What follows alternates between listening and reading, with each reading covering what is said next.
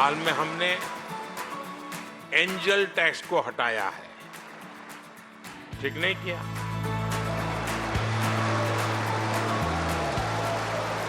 नहीं, ठीक किया है ना?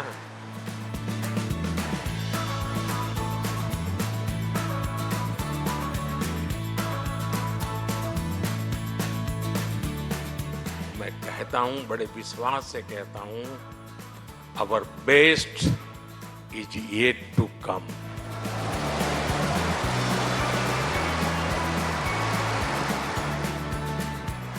ये आपका 5वां समारोह है ना, तो 10वें में मैं आऊंगा।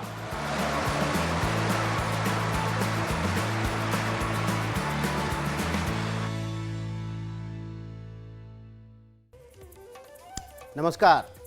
बेस्ट अभी बाकी है, 5 साल बाद भी आऊंगा। जी हाँ, ये शब्द हैं प्रधानमंत्री नरेंद्र मोदी के। नमस्कार, मैं हूं विकास भदौरिया। आप देख रहे हैं खबर पक्की है। प्रधानमंत्री ने आज एक भाषण दिया। भाषण करीब 27 मिनट का है। इस भाषण को प्रधानमंत्री मोदी की तीसरी पारी में अब तक के सबसे दमदार भाषणों में से एक बताया जा रहा है।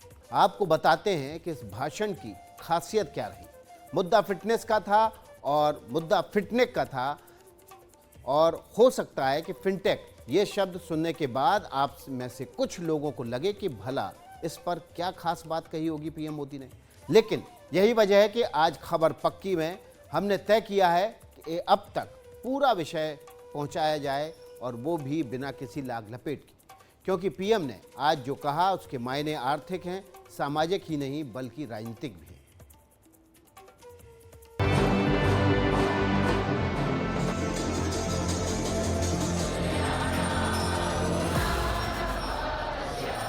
हमारी इकोनॉमी और हमारे मार्केट में भी उत्सव का माहौल है।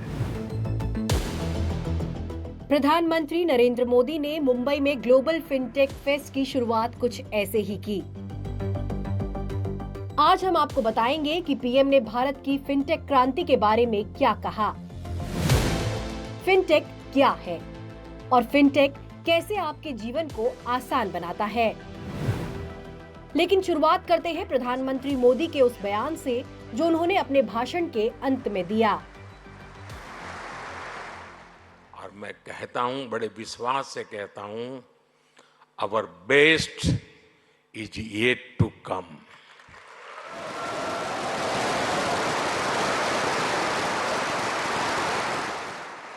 ये आपका 5वां समारोह है ना, तो 10वें में मैं आऊंगा।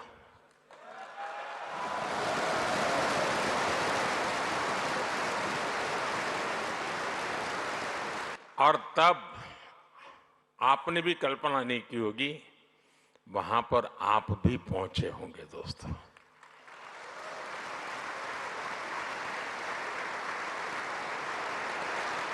आज अभी मैं आपके कुछ स्टार्टअप यूनिट्स वालों को मिला, सबको तो नहीं मिल पाया, कुछ लोगों को मिला, लेकिन हर एक को 10-10 होमवर्क दे करके आया हूं। क्योंकि मैं समझ सकता हूं कि ये बहुत बड़ा बदलाव लाने वाला क्षेत्र है साथियों। एक बहुत बड़ा रिवॉल्यूशन हो रहा है और उसकी मजबूत नींव यहां हम देख रहे हैं।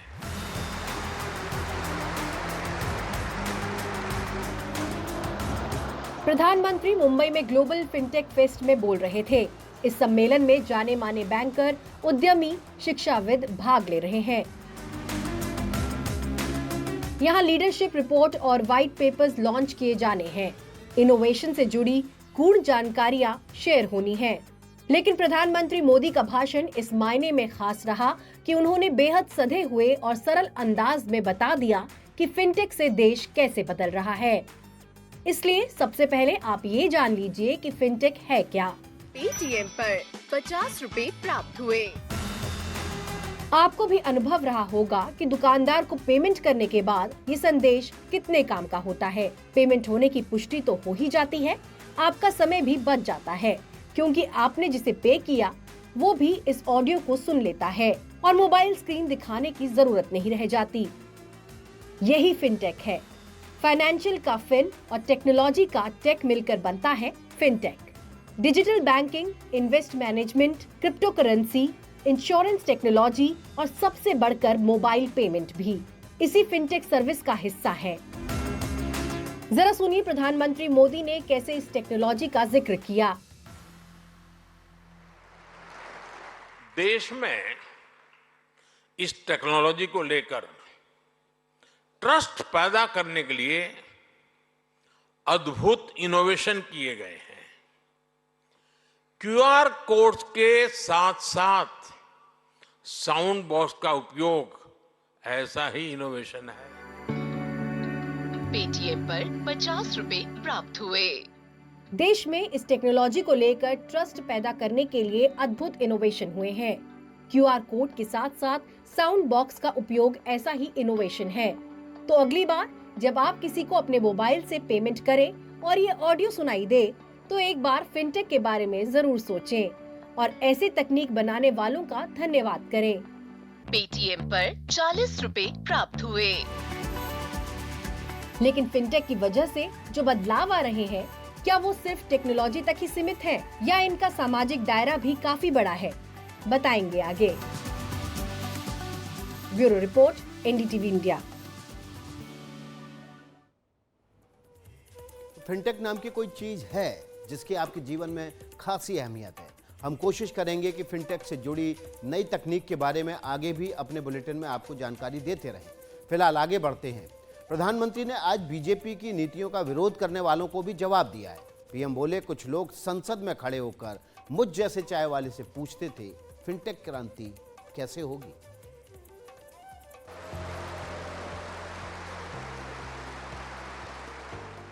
प्रधानमंत्री नरेंद्र मोदी ने अपने भाषण के दौरान कई बार फिनटेक क्रांति शब्द का इस्तेमाल किया। भारत की सांस्कृतिक विविधता से फिनटेक डाइवर्सिटी की तुलना की और कहा कि कुछ लोगों को यकीन नहीं होता था कि इस देश में फिनटेक क्रांति हो सकती है। कुछ लोग पहले पूछते थे, पार्लियामेंट में खड़े होकर के पूछते थे और अपने आप को बहुत विद्वान मानने वाले लोग पूछते थे।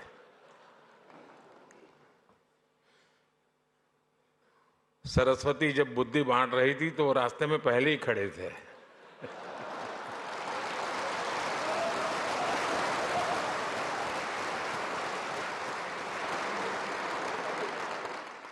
और क्या कहते थे?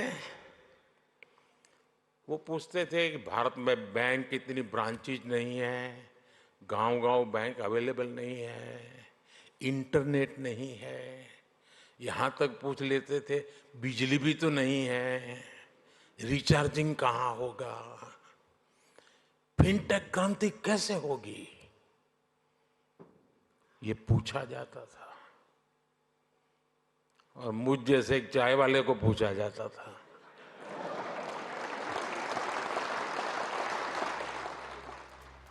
पीएम ने बताया कि 10 वर्षों के अंदर भारत में ब्रॉडबैंड यूजर्स की संख्या 6 करोड़ से बढ़कर 94 करोड़ हो गई है।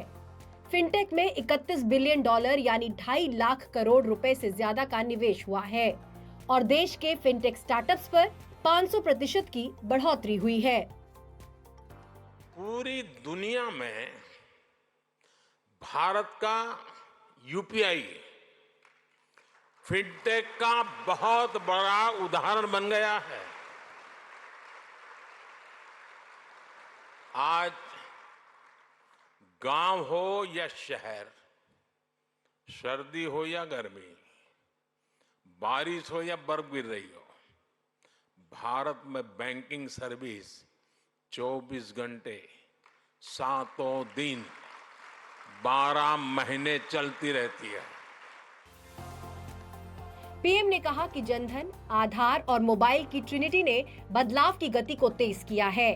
कभी कहते थे कि कैश इज किंग, लेकिन आज दुनिया का आधा real time digital transaction Bharat में हो रहा है। आज देश के 53 करोड़ से अधिक लोगों के पास जनधन बैंक खाते हैं, यानी 10 साल के अंदर पूरी की पूरी यूरोपीय यूनियन की आबादी बैंकिंग सिस्टम से जुड़ गई है। फिनटेक ने पैरेलल इकोनॉमी पर भी चोट की है और बधाई के पात्र आप लोग हैं।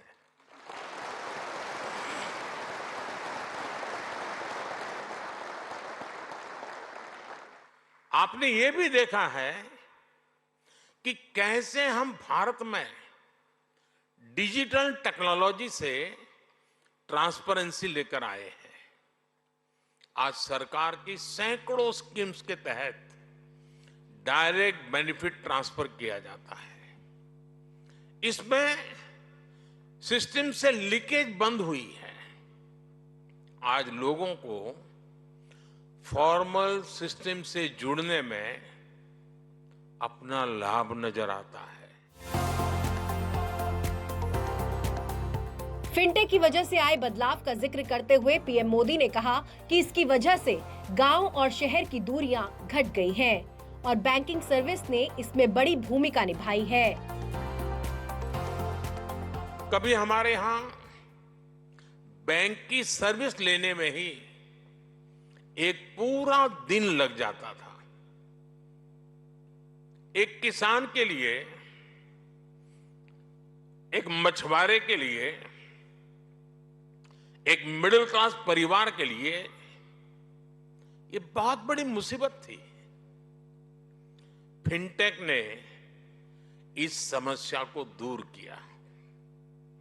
कभी बैंक सिर्फ एक बिल्डिंग तक सीमित हुआ करते थे, आज बैंक हर भारतीय के मोबाइल में सिमट गए हैं।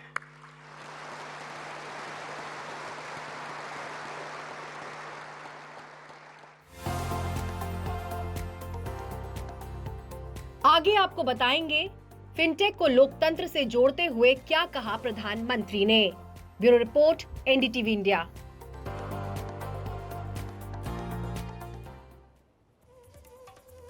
बेस्ट अभी बाकी है और इस बुलेटिन का भी बेस्ट अभी बाकी है।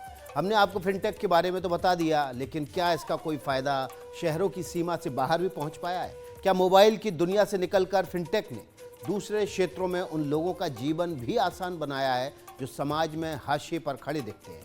लोन, क्रेडिट कार्ड, इन्वेस्टमेंट से भी आगे कुछ ऐसा है जो करोड़ों लोगों के जीवन से जुड़ा हुआ है। ये रिपोर्ट देखिए और समझिए।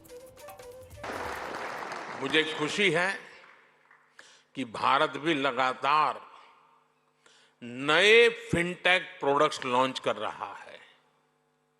हम ऐसे प्रोडक्ट तैयार कर रहे हैं जो लोकल है, लेकिन उनकी एप्लीकेशन ग्लोबल है।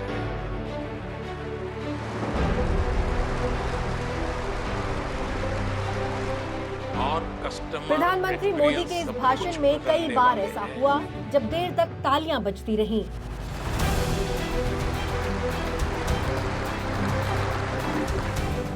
वजह ये रही कि फिनटेक जैसी तकनीक समझने वाले विषय पर पीएम ने सरल तरीके से बात रखी और सटीक उदाहरण दिया। पहले के जमाने में बैंक डूबने वाली है या बैंक डूबी है या डूब जाएगी, ये बात फैलते हुए इम्पैक्ट होते होते 5-7 दिन निकल जाते थे। आज अगर किसी व्यवस्था में पता चला कि इस पर साइबर फ्रॉड है, 1 मिनट में मामला पूरा, वो कंपनी गई। फिनटेक के लिए बहुत जरूरी है। और साइबर सॉल्यूशन, उसका बाल मृत्यु बहुत जल्दी हो जाता है। कोई भी साइबर सॉल्यूशन निकालिए, उसका बेईमान लोग तोड़ निकालने में देर नहीं करते, तो उस सॉल्यूशन का बाल मृत्यु हो जाती है। फिर आपको नया सॉल्यूशन लेके आना पड़ता है। प्रधानमंत्री ने फिनटेक को महिलाओं के लिए बेहद उपयोगी बताया। उन्होंने इसके लिए जनधन योजना का उदाहरण दिया। मिसाल के तौर पर जनधन योजना के तहत 29 करोड़ से ज्यादा महिलाओं के बैंक खाते खुले हैं।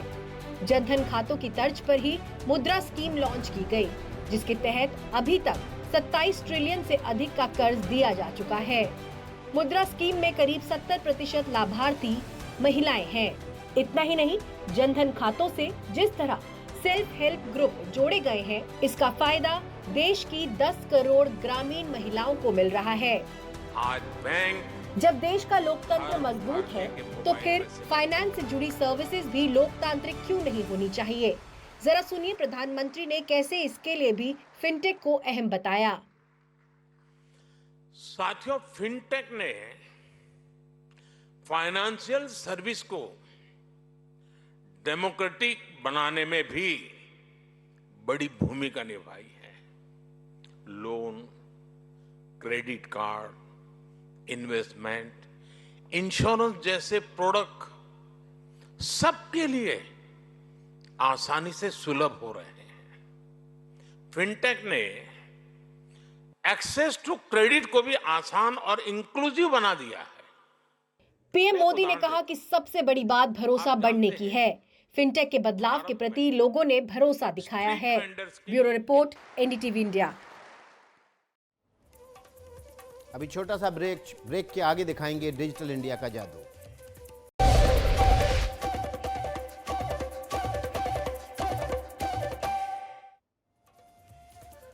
ब्रेक के बाद खबर पक्की में आपका एक बार फिर से स्वागत है। खबरों के सिलसिले को आगे बढ़ा लेते हैं और बात कर लेते हैं डिजिटल दुनिया की। आपने भी महसूस किया होगा कि डिजिटल दुनिया बहुत तेजी से बदल रही है। करेंसी से लेकर क्यूआर कोड तक की यात्रा किसी क्रांति से कम नहीं है और ये क्रांति भारतीय समाज के बड़े दायरे में फैल चुकी है। लेकिन इसमें अभी और बदलाव आने बाकी है। आज प्रधानमंत्री ने कहा कि रिस्क मैनेजमेंट से लेकर फ्रॉड डिटेक्शन तक बहुत कुछ बदलने वाला है। क्या छोटे शहरों, आपकी गली मोहल्लों में जो कारोबार आगे बढ़ रहा है, उसके लिए भी फिनटेक मददगार साबित हो रहा है? क्या मिडिल क्लास की रफ्तार इसकी वजह से बढ़ी है? प्रधानमंत्री का कहना है कि कभी शेयर मार्केट या म्यूचुअल फंड सिर्फ बड़े शहरों की बात मानी जाती थी, लेकिन अब ये छोटे शहरों में भी लोकप्रिय है। आज ही कुछ ही मिनटों में डीमैट अकाउंट खुल रहे हैं, तो इसमें फिनटेक की बड़ी भूमिका है। यानी भारत की फिनटेक क्रांति dignity of life, quality of life, उसको बेहतर बनाने में भी बड़ा रोल निभा रही है।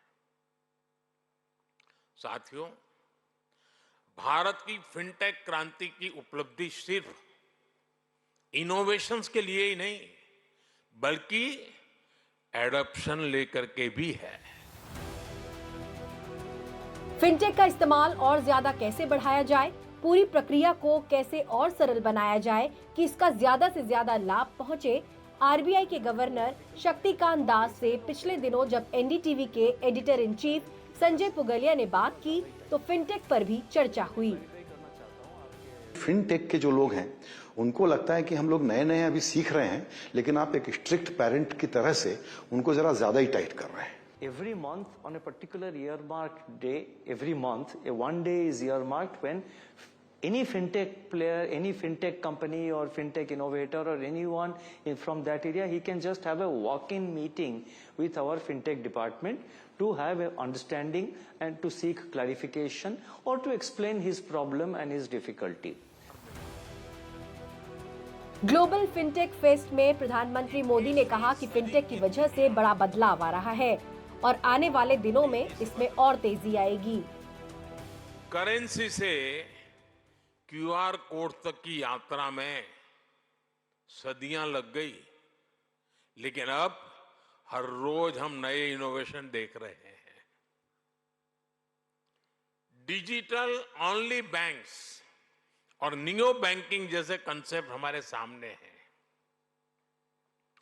डिजिटल ट्विंस जैसी टेक्नोलॉजी डेटा आधारित बैंकिंग को नेक्स्ट लेवल पर ले जा रही है। इससे रिस्क मैनेजमेंट, फ्रॉड डिटेक्शन और कस्टमर एक्सपीरियंस सब कुछ बदलने वाले हैं। लेकिन तकनीक का इस्तेमाल बढ़ने के साथ साथ इसका एक दूसरा पहलू भी है। पीएम ने साइबर फ्रॉड को रोकने के लिए और डिजिटल लिटरेसी बढ़ाने के लिए लोगों से जागरूक रहने को भी कहा। और मैं कहता हूं, बड़े विश्वास से कहता हूं, our best is yet to come.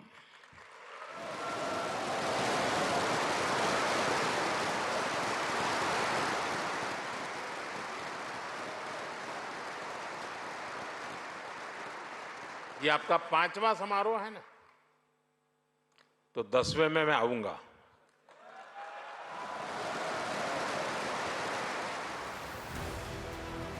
Bureau report, NDTV India.